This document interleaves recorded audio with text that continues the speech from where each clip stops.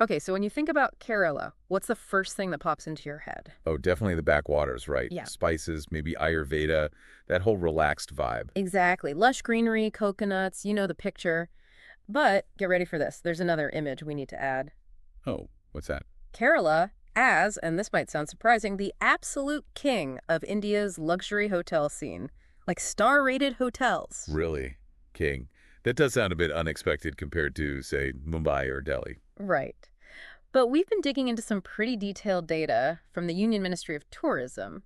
It covers 2019 right up to April of last year. Okay, so official figures, what did you find? Well, it's based on this 5,000 word source document, quite dense stuff. So our mission today is basically to unpack why Kerala is leading the pack here. Sounds intriguing. So you're saying the numbers are really that different? Oh, they're staggering. Let's jump right in. As of April 2025, Kerala has, wait for it, 94 five-star hotels. 94. Wow, okay. That is a big number on its own. And that's just the top tier. Add in 420 four-star hotels and 607 three-star ones. It's like the density is incredible. Imagine a Diwali night sky, just packed. That's a great way to put it.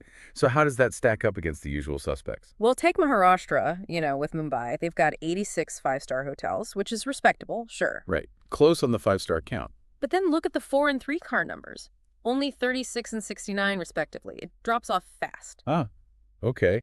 What of Gujarat? Lots of buzz around their economy. Gujarat has 76 five-star, 61 four-star, and 120 three-star. Still way behind Kerala overall in the star categories. And places like Goa or Karnataka Right. or Delhi. Even further behind on the specific metric of star-rated hotels. Kerala isn't just winning, it's like lapping the competition in terms of sheer volume of rated hotels. And you mentioned this isn't just a recent blip, it's been building. Exactly. The data shows this consistent growth, this trend from 2019 right through to 2025. Hotels getting built, yes, but also existing ones getting upgraded. Right. Through that NIDHI plus portal system the ministry uses for classification. That's quite a rigorous process, isn't it? Inspections, standards for everything. It is. So Kerala's hoteliers have clearly been very active, very successful in navigating that system. Okay, so far so good. Yeah. Lots of high-end hotels, continuous growth. But here's where it gets really interesting. The kind of curveball. Go on. You'd naturally assume this boom is fueled by hordes of international tourists, right? Like Uttar Pradesh with the Taj or Rajasthan with the forts and palaces. They often top the foreign arrival charts. Yeah, that makes sense. Luxury hotels usually cater heavily to international travelers. But the data suggests, well, if that's not the primary driver here, Kerala's foreign tourist numbers are solid, don't get me wrong, but they aren't necessarily leading the country in the same way their hotel numbers are. Huh. So they have the most star-rated hotels, but not necessarily the most foreign tourists coming in compared to some other states. Precisely, which leads to the big question, how are they pulling this off? If it's not mainly foreign tourists filling all these luxury rooms, then what is it? Well, this is where we need to talk about a specific policy decision from a few years back. Mm. It involves bar licenses. Ah, yes. The bar license factor. This was under the UDF government, right, between 2011 and 2016. That's the one, led by Oomen Chandy at the time. They brought in a rule that essentially restricted new bar licenses, FL3 licenses, primarily to hotels in the five-star category. So if you were a 3-star or a 4-star hotel, suddenly getting a license to serve alcohol became really difficult. Extremely difficult, almost impossible for many. And think about it for a lot of travelers, especially leisure travelers. Having a bar is a pretty standard expectation, even a deciding factor. Wow. So what happened then? A mad dash to upgrade? You got it. It triggered this almost frantic rush among 3- and 4-star hotels to invest, renovate, add facilities, whatever it took to meet the five-star criteria. It's like a forced pimp my hotel situation, but driven by liquor laws.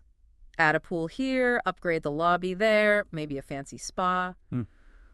All for the license. That's a pretty accurate, if colorful way to describe the effect. Mm. It created this massive incentive for investment at the top end. Suddenly getting that 5-star rating wasn't just about prestige, it was about commercial viability for many. Did that change later? Yes. The LDF government, which came in after 2016, did ease the restrictions. They allowed 3- and 4-star hotels to get bar licenses again. So the pressure came off a bit? The specific pressure did, yes. But the thing is, that initial boon had already happened. The momentum was there. A large base of newly upgraded 5-star hotels existed, and the overall trajectory for high-end development just kept going. So that policy, even though temporary, had this huge lasting ripple effect. It kind of set the stage. Absolutely. A real case study in how policy can shape a market, sometimes in ways you don't fully expect long term. Okay, so the bar license thing lit the fuse, maybe accelerated things. But you still need people to fill all those rooms, right? Especially if it's not primarily the international crowd. And that's where the other big piece of the puzzle comes in. Yeah. Domestic tourism Ah, Indian travelers discovering Kerala. in massive numbers. Yeah. Get this. In 2022, Kerala saw 18 million domestic tourists. 18 million. Whoa. How does that compare to previous It years? was a 152% jump compared to 2021. Just phenomenal growth, more than double in 1 year. That's incredible. So Indians are flocking to Kerala. Where are they going within the state? All the classic spots, really. Aleppi and the backwaters are huge for honeymooners, couples. Then you've got places like Wayanad, Munnar, the hill stations attracting families. Kochi for its history and city vibe. There's a lot of variety. And Kerala tourism has been pretty smart with its marketing over the years, haven't they? That God's own country tagline is iconic. Incredibly effective. That campaign really built a strong aspirational brand within India. It positioned Kerala as this serene, beautiful, almost essential Indian travel experience. It definitely played a huge role in driving those domestic numbers. Okay, so massive domestic wave. But is there another element funding all this development? Building and upgrading hotels isn't cheap? There is. And it's another significant factor, often working slightly below the surface. Non-resident Indians, the NRIs. Right. Kerala has a huge diaspora population, especially in the Gulf countries. Exactly. And they contribute significantly, not just through remittances back home, which boosts the overall economy, but also through direct investment. You mean NRIs actually investing in hotels? Yes, definitely.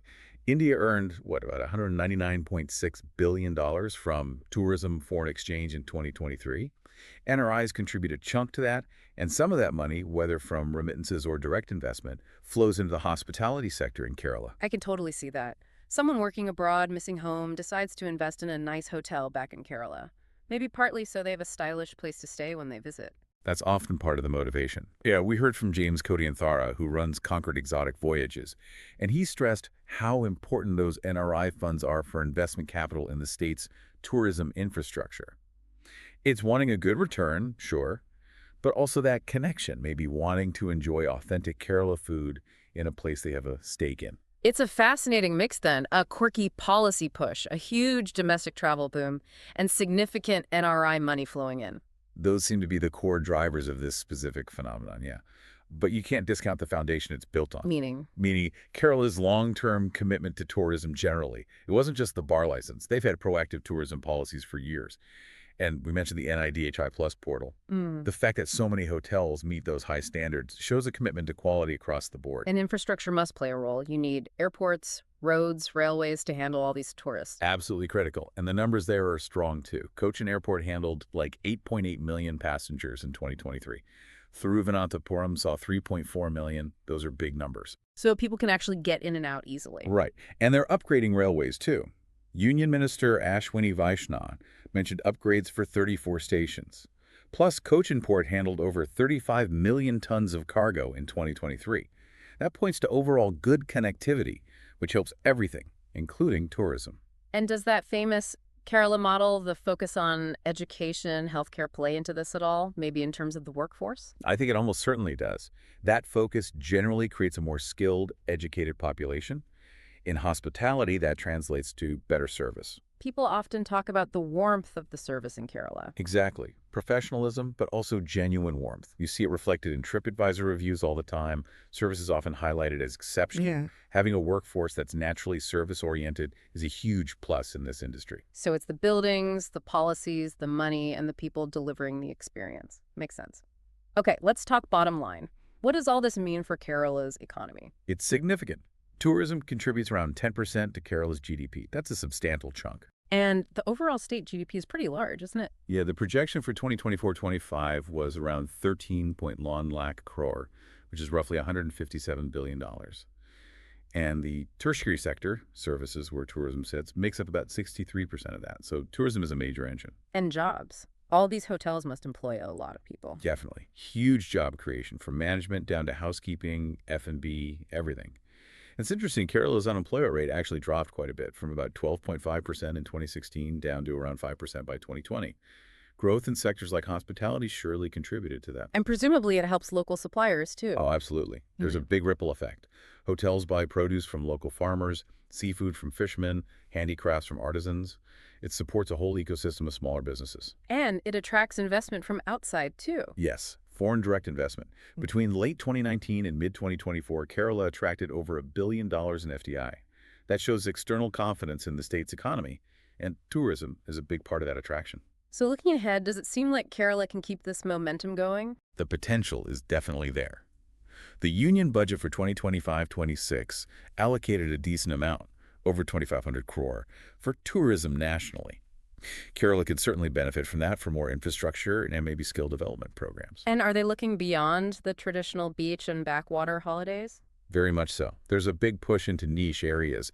Medical tourism is already significant. Apparently 21% of international visitors in 2023 came for healthcare. Wow, that high. Yeah.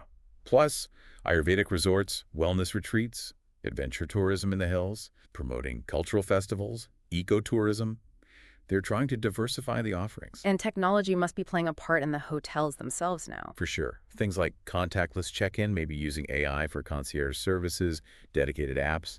Guests expect that now, especially at the higher end, so hotels need to keep up. Right, you need the tech to match the five-star rating these days. Pretty much. It's all part of the modern luxury experience. So, wrapping this up, it really is a fascinating story. Kerala's rise to become India's luxury hotel leader wasn't just one thing. Not at all. It was this convergence, wasn't it?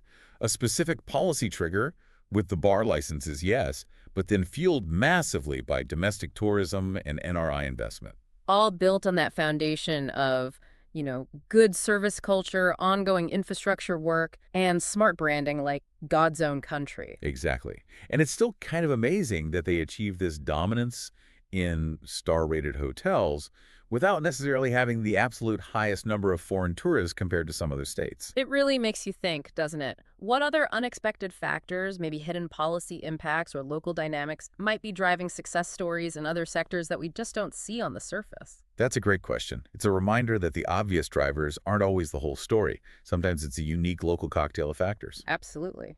Well, if you're listening and planning a trip, maybe this gives you another reason to consider Kerala. It sounds like you're spoiled for choice when it comes to finding a great place to stay, whatever your budget. Perhaps time to experience that famous hospitality firsthand.